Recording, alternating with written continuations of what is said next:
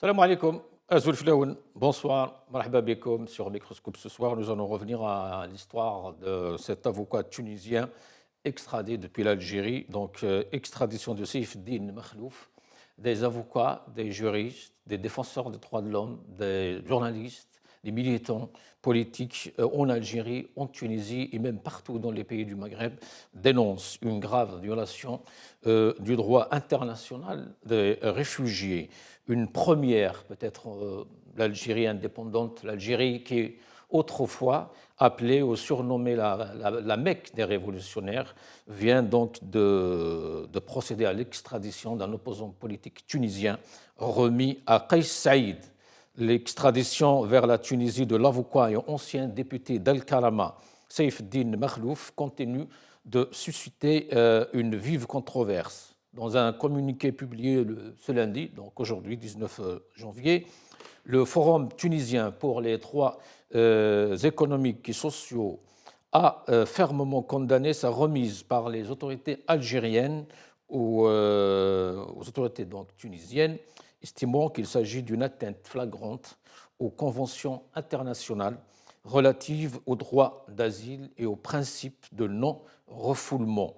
Selon toujours le forum en question, Saif Din Makhlouf avait déposé une demande d'asile auprès du bureau du Haut Commissariat des Nations Unies pour les réfugiés en Algérie, après avoir purgé une peine de prison pour franchissement irrégulier des frontières.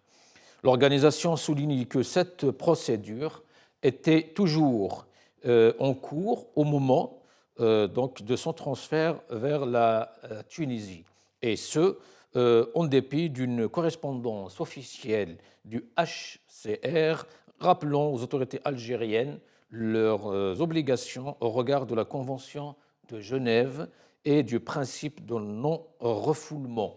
Nous allons donc revenir à cette question avec nos invités ce soir. Pourquoi cette extradition ou ce refoulement? Avec moi pour en parler, Jamel Gessoum, analyste politique, chercheur en sciences sociales. Jamel Gessoum, bonsoir. Bonsoir, c'est Hossein et merci pour l'invitation. Merci, toujours un plaisir, Jamel Gessoum. Alors, Monsieur Gessoum, ce refoulement, cette extradition, il suscite quand même de vives réactions, hein, même ici en France, des ONG un peu partout dans le monde. Pourquoi, à votre avis, Jamel Gessoum? Écoutez, ce qu'il faut mettre en perspective pour comprendre, cette extradition ou ce refoulement, bon, c'est pas refoulement puisqu'il avait franchi la frontière illégalement, c'est que, il y a une réelle politique, qui existe dans tous les pays du monde. On sait très bien qu'entre l'Algérie et la Tunisie, depuis un certain nombre d'années, particulièrement depuis l'arrivée de Kais Saïed, beaucoup de personnes recherchées par l'Algérie et qui se trouvent en Tunisie ont été refoulés, vers, l'Algérie, ou en tout cas ont été extradés vers l'Algérie sans pour autant que, des institutions à caractère international, s'en offusquent. Et donc il y a une réalité, c'est-à-dire qu'il y a 2 champs sur lesquels il faut voir. Il y a la réalité juridique des faits tels que vous l'avez décrit et en l'occurrence, ayant déposé une demande d'asile, est-ce que l'Algérie, au regard du droit international, avait le droit de le renvoyer, en Tunisie? Et à côté de cela, il y a la réelle politique, et donc la Tunisie est un partenaire certain pour ce qui concerne les personnes recherchées par l'Algérie et qui se trouvent sur leur territoire. On avait vu cela avec, Bahadine Tliba, et bien d'autres personnes qui étaient en Tunisie. Donc ce sont ces 2 champs qu'il faut mettre en perspective. Il y a une question d'intérêt et l'intérêt dans cette affaire prime sur toute autre considération, qu'elle soit d'ordre humanitaire ou d'ordre politique ou diplomatique. Ouais, mais de quel intérêt parlez-vous, Jamel Ghsoum, quand justement c'est la sécurité de la personne qui est en question, même physique d'ailleurs? C'est pour ça que je dis qu'il y a 2 choses à mettre en perspective. Vous me posez la question, c'est Racine, quel intérêt? L'intérêt de l'Algérie, c'est aussi de pouvoir compter sur la Tunisie lorsque des personnes qui sont recherchées par l'Algérie se trouvent sur leur sol. Ça, je ne suis pas en train de faire la morale, hein, je dis simplement que la question d'intérêt prime sur toute autre considération. Ensuite, sur la question de la sécurité, c'est votre deuxième question, du député, en question. celle-ci passe après. Mais j'oserais dire quand même, pour être sérieux avec cette question, c'est qu'il y a eu des cas partout dans le monde, hein. Je ne suis pas en train de dire que c'est bien. Comprenez bien mes propos. Mais il y a eu, par exemple, Saïd Benzdela, qui est un frère, qui est un ami, et qui allait, alors là, ça tombe de l'extraordinaire, surtout en France, qui allait être envoyé au Maroc alors qu'il est algérien, lorsqu'il s'est fait arrêter il y a à peu près 2 ans de cela. Donc, il y a des situations où la réelle politique prend le pas sur toute autre considération. Maintenant, sur le côté humanitaire, j'ai envie de dire que si effectivement le député a déposé une demande d'asile, sur le côté juridique et humaniste, l'Algérie n'aurait pas dû le renvoyer. Donc vous comprenez que je ne prends pas position. J'analyse ces deux voies et ces deux clés de compréhension qui doivent s'ajouter pour que ce soit compris par l'ensemble des gens. Donc pour vous, c'est un renvoi d'ascenseur, c'est ça? Parce que la Tunisie a déjà renvoyé justement Bouhafs en 2021. Oui, il a renvoyé Abou Hafsa en 2021, il a renvoyé Baldin Tleba, je crois que c'était en 2019 ou 2018 ou 2020. Donc c'est pas un Il y renvoi avait le d'ascenseur. problème avec Je pense Amira qu'il y a un Bouraoui accord aussi, tacite. il y avait un autre problème avec Zaki Hanech, beaucoup de militants hein, algériens qui sont Oui, justement. bien sûr, c'est exactement ce que je dis, Racine. C'est-à-dire que ça n'est pas un renvoi d'ascenseur, comme vous le dites. Un renvoi d'ascenseur, c'est limité dans le temps et dans la perspective d'intérêt. C'est un accord tacite, me semble-t-il, entre les deux présidents, entre les deux États, sur nous avons quelqu'un que vous réclamez, nous allons vous le renvoyer, respect du droit international ou pas. Ça va dans les deux sens. Et ce député d'El Kalama tombe dans cet accord tacite entre l'Algérie et la Tunisie. Restez avec le Jamal, nous allons regarder ce petit soundbite. Alger, le 7 octobre 2024. Notre code UNHCR ALGAL 24 331. Objet authentification de la demande d'asile de M. Maklouf Sefeddine. Monsieur le chef de sûreté de Wilaya de Annaba. Par la présente, nous souhaitons informer que M. Maklouf Sefeddine, né le 12 août 1975 à Tunis, Tunisie, de nationalité tunisienne, a présenté une demande d'asile auprès de l'UNHCR, Bureau d'Alger, en date du 18 juillet 2024 et a obtenu un rendez-vous d'enregistrement prévu pour le 21 novembre 2024. Maklouf Sefeddine relève de la compétence de l'UNHCR et doit notamment être protégé en Algérie contre tout retour forcé vers un pays où il craint d'être exposé à des menaces contre sa vie ou sa liberté. Par ailleurs, nous voudrions souligner que la loi 08-11 relative aux conditions d'entrée et de séjour des étrangers en Algérie stipule dans ses articles 07 et 42 que les dispositions de la présente loi ne s'appliquent pas aux personnes placées sous le champ d'application d'une convention internationale relative aux réfugiés et ratifiée par l'État algérien. Nous vous remercions par avance de votre compréhension et restons à votre disposition pour toute information complémentaire. Veuillez croire, Monsieur le chef de sûreté de Wilaya, en l'expression de nos respectueuses salutations. Maria Christina Mullers, administratrice principale du Haut Commissariat des Nations Unies pour les réfugiés. Jamel Gessoum. Donc là, on parle un peu du droit international, on parle des droits des réfugiés. Ces militants, tous ces défenseurs des droits de l'homme reprochent à l'Algérie justement de ne pas respecter toutes ces conventions internationales qu'avait elle-même d'ailleurs ratifiées. Oui, l'Algérie est dans l'illégalité. Ça, je pense que personne ne pourra dire, le contraire. Alors cette note date d'octobre 2024. Est-ce que, il y a eu une réaction de la HCR aujourd'hui? Ou en tout cas depuis son extradition? Il sera intéressant de connaître la position de cette, institution internationale et donc oui, l'Algérie est dans l'illégalité, mais je le dis, sans idéologie et avec tout le pragmatisme que l'on me connaît. Je dis simplement que l'Algérie passera ses intérêts supérieurs avant toute loi, aussi bien nationale qu'internationale. Beaucoup de pays, malheureusement, je dis bien, c'est Racine, malheureusement, le font et le feront. Il faut aussi comprendre que dans le contexte politique tunisien, et c'est cela aussi qu'il faut entendre, c'est que le parti d'El Karama est la continuation du parti Ennahda, et donc un parti dit islamiste et qui, évidemment, n'a pas l'assentiment du président Kais Saïd. Et donc, ça s'inscrit du côté tunisien sur une évolution politique à travers ses opposants et du côté algérien à travers ses intérêts supérieurs. Et vous avez évidemment évoqué le cas de deux personnes, Madame Bouraoui, Bouhafsa et bien d'autres d'ailleurs, qui ont fait l'objet de tractations entre les deux pays. Donc, sur la question judiciaire et juridique, l'Algérie est tout à fait en tort d'avoir fait cela, mais elle a considéré, selon ses propres critères, que ses intérêts supérieurs et précisément en termes sécuritaires allaient au-delà de la loi et de la règle internationale. Est-ce que ce n'est pas renoncer justement, Jamel Guissoum, à l'image de l'Algérie concernant ces questions, les questions des réfugiés, les questions de l'aide justement apportée par l'Algérie depuis l'indépendance hein, jusqu'à ce cas d'ailleurs, pour les opposants politiques. Parce que C'est là, ça facile. rentre, parce que là, qu'on le veuille ou pas, ça reste quand même un acte politique, puisque ce Saif el-Din Makhlouf a été immédiatement placé en détention à son arrivée à Tunis.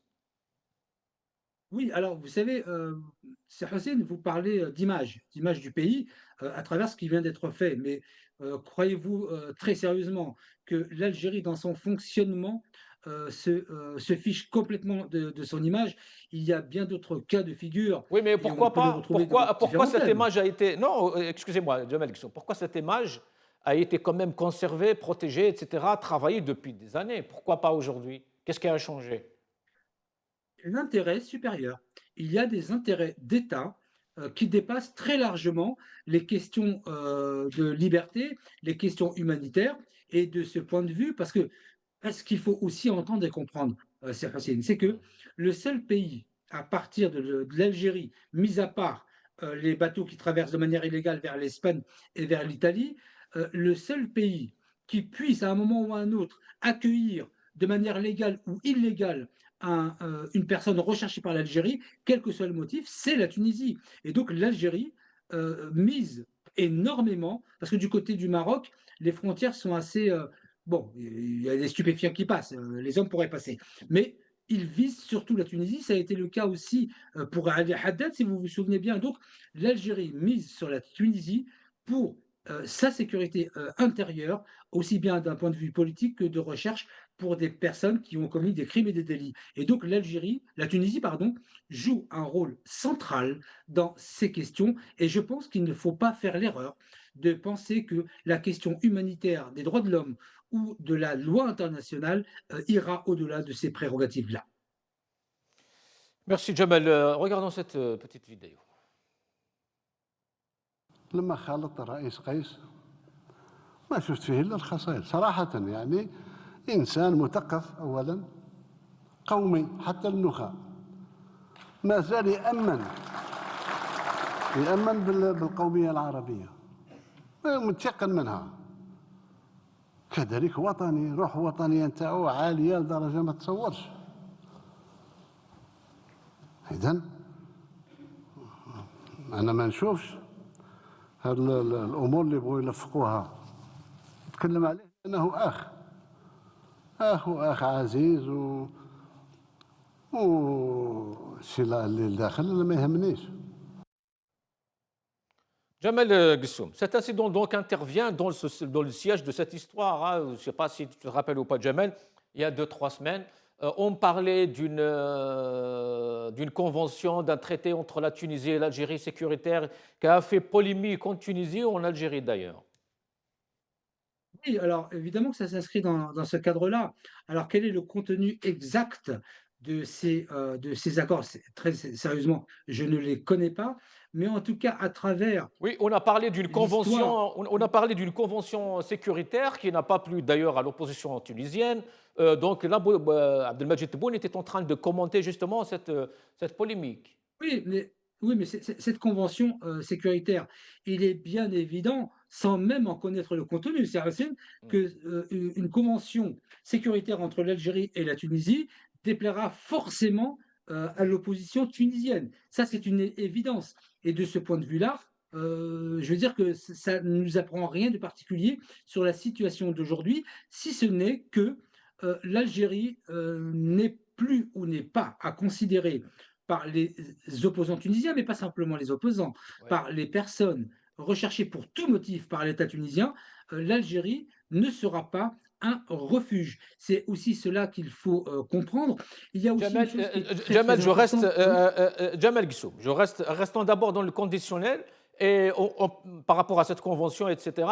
Mais en même temps, aujourd'hui, des opposants tunisiens, justement, dans leurs analyses, ils ont avancé qu'il serait peut-être dans le cadre de cette convention que cette action, je ne sais pas, est-ce que c'est vrai, pas vrai, ça reste des analyses du côté tunisien.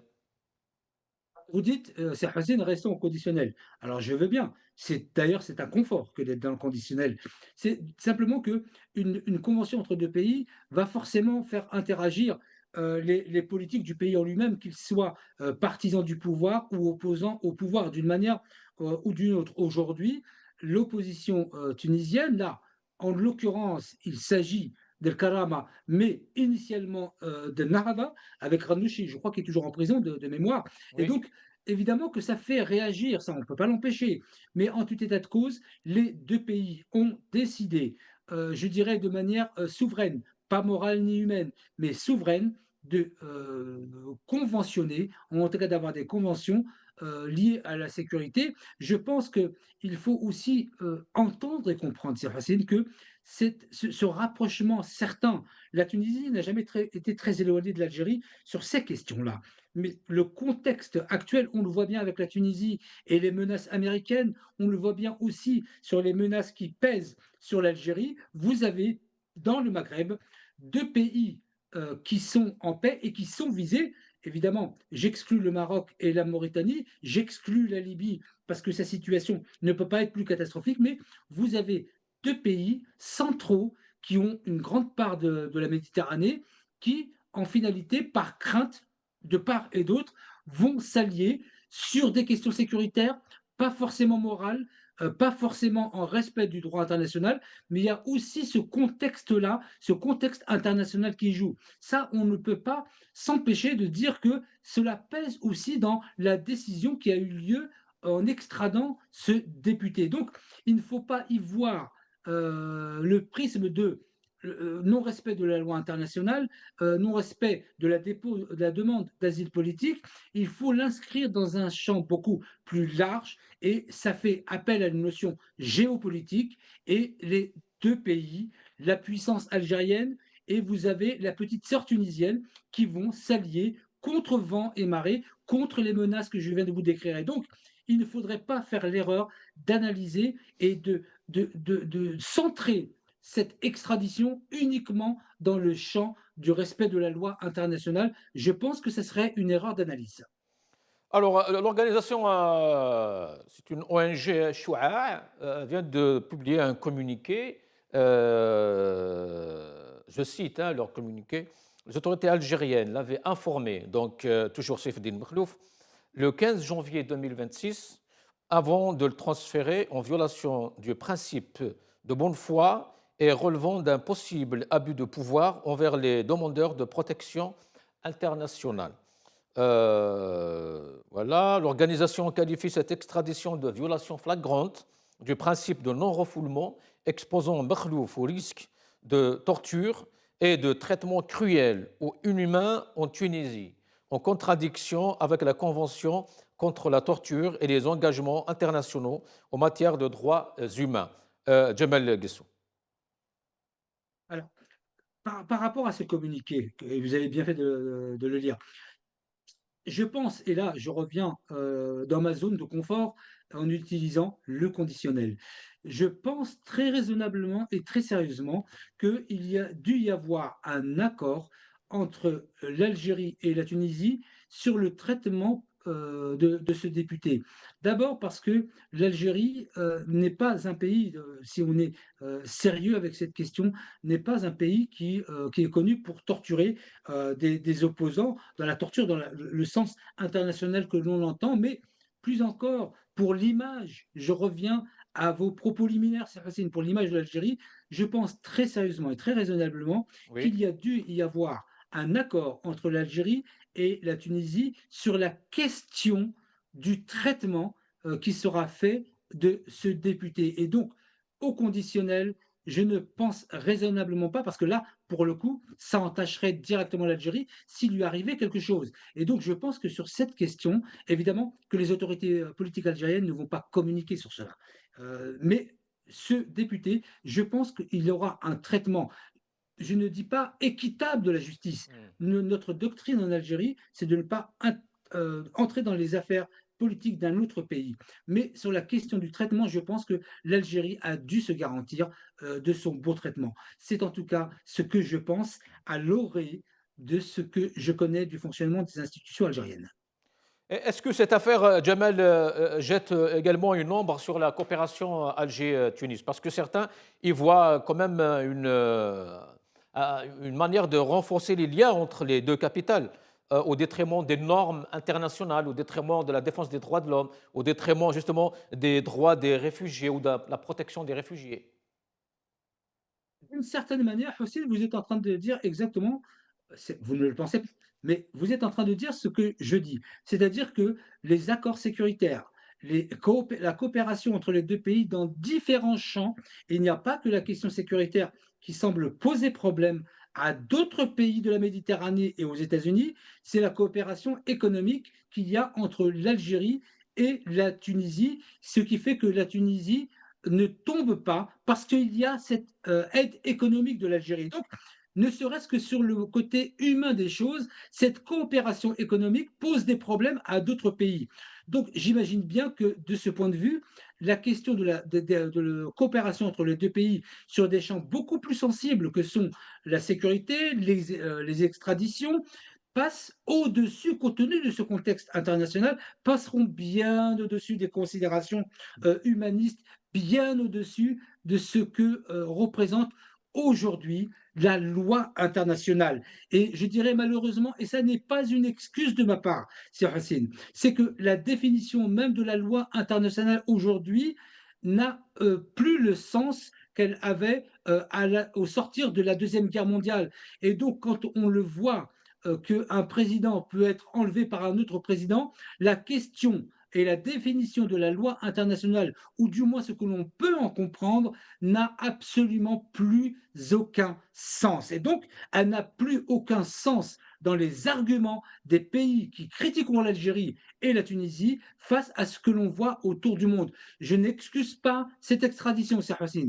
Je dis qu'aujourd'hui, le contexte géopolitique international donne une définition très très légère de ce qu'est le droit, la loi internationale ou le droit international. L'extradition d'un député, même si elle est illégale au sens de la loi, ne pèsera, croyez-moi, absolument rien comparé aux intérêts premiers de la Tunisie et aux intérêts premiers de l'Algérie. Donc, vous comprenez bien que je distingue le côté loi et droit international et humaniste de la question des intérêts vitaux de pays comme la Tunisie, l'Algérie et plus largement de pays, beaucoup de pays au monde. Donc comprenez bien que les intérêts vitaux, tout est une question d'intérêt. Il n'y a pas d'amitié entre les États.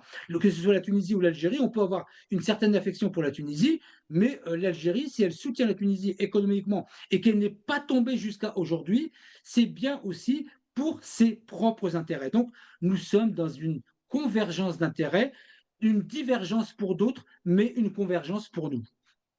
Et quel message Alger est en train d'envoyer, Jamal Gssouma, à travers ce genre d'actes, d'incidents, à tous les hommes politiques, les militants, les défenseurs des droits de l'homme, qui sont un peu partout, au Grand Maghreb aussi?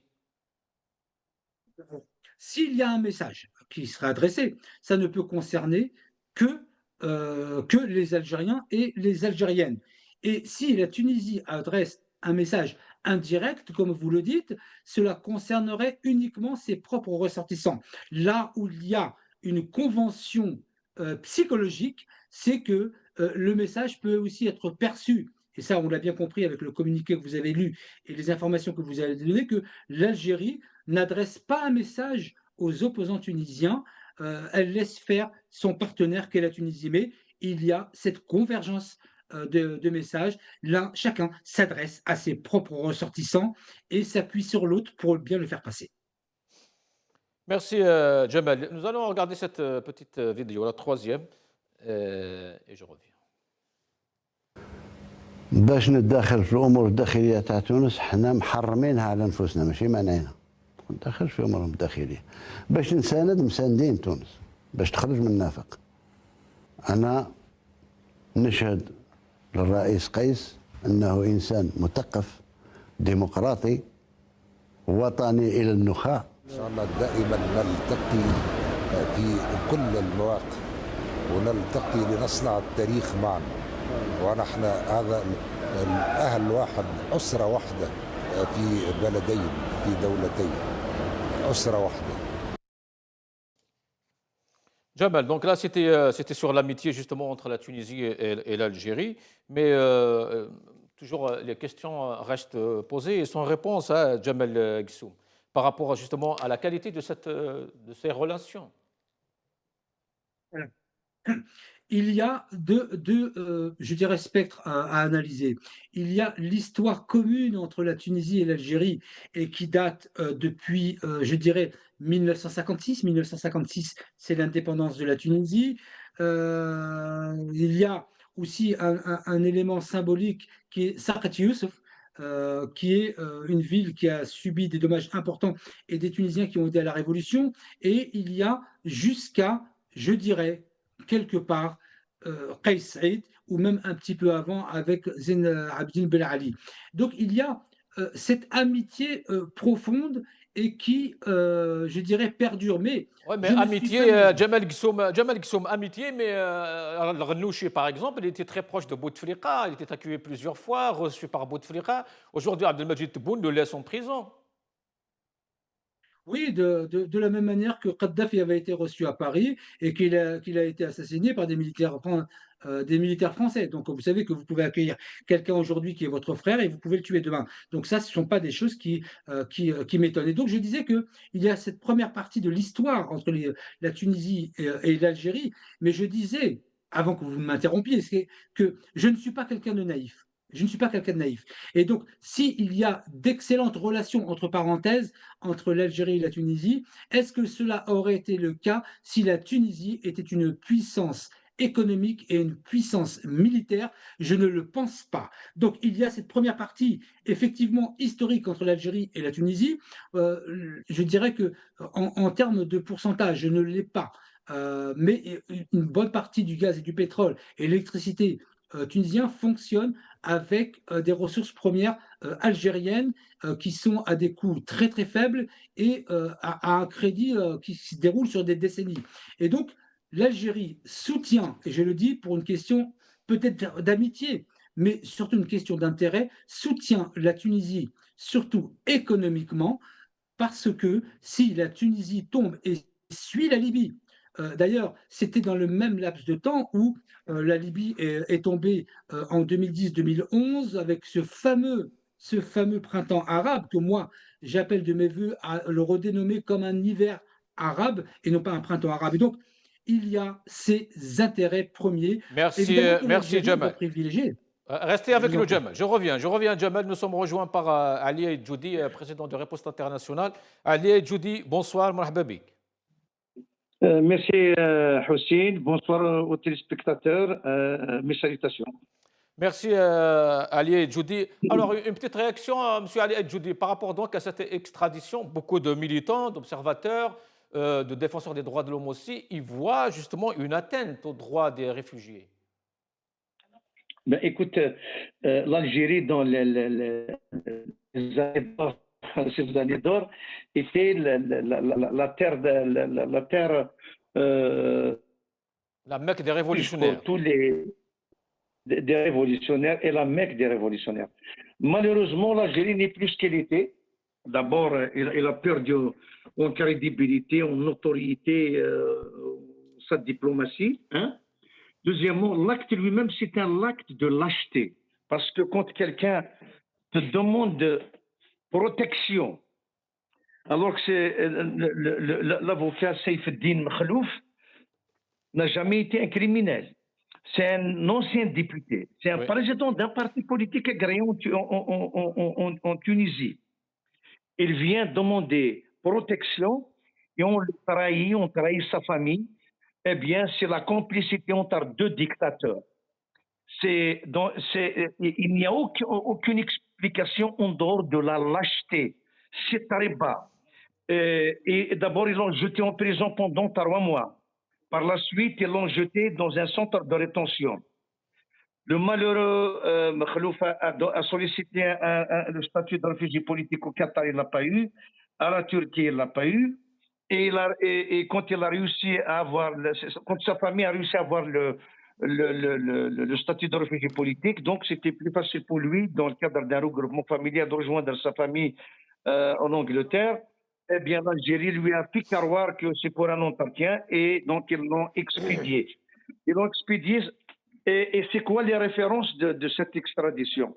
La référence, c'est un décret qui a été signé. D'abord, une loi du 15 décembre 2021 concoctée par Kais Saïd, puis un décret signé le 4 février 2025 par Tebboune. Donc, c'est depuis un moment, et pour Tebboune et pour Kais Saïd, c'est leur feuille de route, c'est pourchasser les opposants, les défenseurs des droits humains, ceux qui ne rentrent pas dans leur stratégie, ceux qui s'opposent à leurs crimes, à leur trahison, parce que c'est des gens qui sont venus sur le dos de la violence.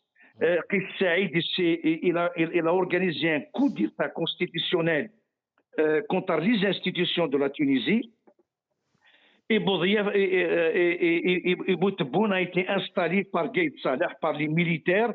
Donc on n'attend pas grand-chose, sauf que aux yeux de l'opinion internationale, l'image de notre pays se dégrade. Et ce n'est pas nouveau. Vous savez que beaucoup d'Africains du Sahel ont été jetés sur les bennes des camions et jetés dans le désert sans aucune protection, sans aucun accompagnement. Eh bien, ce n'est pas nouveau pour eux. C'est pas nouveau pour eux. Malheureusement, l'Algérie n'est plus une terre d'asile, un refuge pour les Tunisiens. Et la Tunisie, malheureusement aussi, n'est plus une terre d'asile. La preuve, c'est qu'ils ont essayé de kidnapper Amira Bouraoui. Elle a eu la chance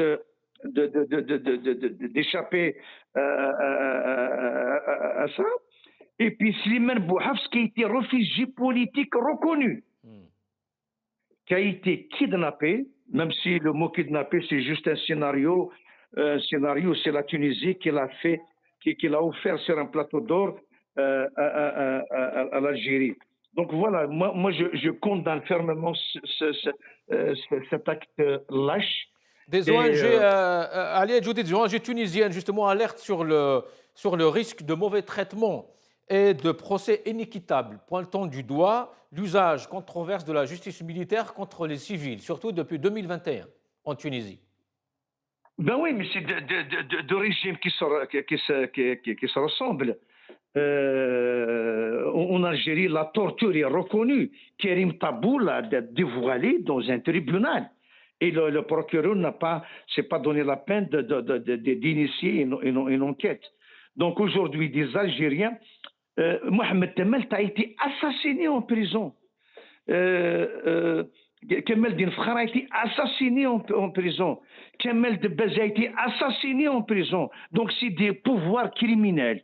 Eh bien, nous avons contaminé la Tunisie sans le soutien de la dictature algérienne, que Saïd ne tiendra pas 48 heures. Est-ce que réponse sans le soutien, oui, sans le soutien du régime militaire algérien, Qais Saïd ne tiendra pas 48 heures. Ali Voilà. Djoudi, est-ce que Riposte Internationale envisage des actions conjointement avec des ONG tunisiennes? D'abord, nous sommes des partenaires. On échange, on était informés très tôt. Maintenant, c'est que nous, on s'inscrit dans la dynamique de la diaspora tunisienne avec Kamel Jendoubi, Mahidine Cherbi, Mohamed Abdallah, Abdallah Faisal, donc Madame Chabani. Donc on essaye de coordonner, on assiste à toutes les actions initiées par les opposants, les défenseurs des droits humains tunisiens, et notamment nous sommes aussi partenaires de la Ligue tunisienne pour la défense des droits humains. Donc nous soutenons toutes leurs actions et nous serons présents avec nos militants dans leurs actions. Merci Ali Voilà, Djoudi. Merci Ali Djoudi. Merci beaucoup. Bonne soirée, mes salutations. Merci Ali Djoudi, président de Riposte Internationale. Jamel Guissoum, vous avez écouté donc Ali Djoudi et parlons de Kamel Jendoubi justement. Il a publié un statut sur sa page Facebook aujourd'hui par rapport à cette affaire et il a qualifié l'Algérie de dictature. Écoutez, il faut être raisonnable et vous savez, quand on a une position, soit on a une position, soit on a une analyse. Lorsqu'il s'agit d'un pays autre que l'Algérie, je me contente de livrer une analyse et pas une position. Je reste dans la doctrine de l'Algérie, des Algériens, et notre doctrine depuis 1962, c'est la non-ingérence. Donc, je ne vais pas qualifier la Tunisie de dictature, je ne vais pas m'ingérer dans ces affaires parce que cela me donnerait une position fragile et une position, je dirais, complètement inutile et non crédible. Et donc, ça ne fait pas avancer les choses. Et lorsque l'on a des positions, je dirais, dogmatiques, idéologiques, et de prise de position, on devient inutile pour la cause. Sur la question de l'Algérie, étant algérien, je peux donner une analyse et la séparer de ma position. Donc, en Algérie, moi je l'ai dit sur votre plateau depuis très longtemps, et ce n'est pas d'aujourd'hui, Daoula Askariya, Machi Medaniya, pour des raisons qui m'importent. Maintenant, dans la configuration de votre sujet d'aujourd'hui, je dis que la réelle politique prend le pas sur tout le reste. Et donc, les autorités algériennes, comme les autorités françaises, comme les autorités américaines et bien d'autres pays, placent leurs intérêts vitaux avant toute forme d'idéologie tendant à l'humanisme, le droit international, les lois internationales, la liberté, les droits de l'homme. Ce n'est pas aujourd'hui le moteur et la locomotive des relations internationales et il va falloir qu'à un moment ou à un autre, les gens le comprennent. Et donc aujourd'hui, nous sommes dans le sujet qui est le vôtre aujourd'hui, un cas de figure très pédagogique en soi, où l'Algérie privilégie ses intérêts, la Tunisie va faire pareil sans que nous n'entrions dans leurs affaires. Comment ils gèrent leur pays? Est-ce qu'il est un dictateur? Est-ce qu'il est un démocrate? Moi, en tant qu'Algérien, cela ne me concerne pas et je ne le juge pas. Je juge par contre les institutions algériennes qui sont pour la plupart, sauf les institutions militaires, sont pour la plupart composées et dirigées par des incompétents. C'est ce que l'on appelle la kakistocratie. C'est l'incompétence comme diplôme. Si vous êtes compétent, vous n'avez pas le diplôme pour être nommé à des postes. Donc, autant je critique l'Algérie sur des questions intérieures et je dis que le président Tebboune nomme n'importe qui à n'importe quoi et nous allons droit au mur. J'ai le droit de le dire parce que je suis algérien, mais je n'ai pas le droit de considérer Kais Saïd et son gouvernement comme des dictateurs. L'intérêt, avant tout, la France l'a fait avec Kadhafi. Ils l'ont reçu avec la tente à l'Élysée, ce qui n'était jamais arrivé, et puis ils l'ont fait assassiner quelques mois après. Les États-Unis ont fait pareil pour une question d'intérêt, ils ont été enlevés Maduro. Les États-Unis aussi, en 1972, 1973, ont fait assassiner Salvador Allende avec une grève des transporteurs organisée par la CIA et ils ont mis qui? Pinochet à la place. Donc, que l'on ne me parle pas en tant qu'analyste aujourd'hui de la question des droits de l'homme et de la question de la liberté quand elle vient d'un État, pas en tant que privé, mais en tant qu'État, ceci n'a aucun sens premier dans les intérêts que chaque pays défend et il y en a qui les défendent de manière encore beaucoup plus dégueulasse que ça. Mais ça, évidemment, quand il s'agit de grandes démocraties, on n'en parle pas. Mais cette affaire du député, on en voit. Mais en tout cas, pour Bah, terminer sur ce propos, moi, je regrette, je le dis, Jamal, je Jamal, regrette Jamal, à c'est juste titre pour, personnel. Jamal, c'est juste pour corriger mea culpa, hein. Il n'a pas dit que l'Algérie était une dictature, il a dit qu'il a qualifié l'Algérie de trahison à visage découvert. La Voilà. Tunisie, je parle de la Tunisie. Il a dit que l'État tunisien. Par contre, Jendoubi, il a dit ceci, Jamal. Donc, je vais vous lire. Le régime algérien, la honte au kilo. Le régime algérien vient de jeter le masque. Il n'a ni dignité, ni parole, ni principe. Il prétend défendre les causes. En réalité, il défend les régimes. Il prétend refuser l'injustice. En réalité, il la produit, puis la sous-traite. Il ne protège pas les persécutés, il les échange. Il ne respecte pas les exilés, il les vend. Il dit ce qu'il veut. Il est tunisien, il est suédois. Alors, Il il est le reste. défenseur des droits de l'homme tunisien, c'est un ex-ministre. Oui, il dit, oui, mais il dit, ce monsieur dit ce qu'il veut sur l'Algérie. هذه ما تحركش شعري. Moi, ça ne bougera même pas un de mes cheveux. Donc, il a le droit de dire ce qu'il veut. Et en tout cas, ça donne, en tout cas, c'est Hussein, c'est bien que vous ayez lu ses propos.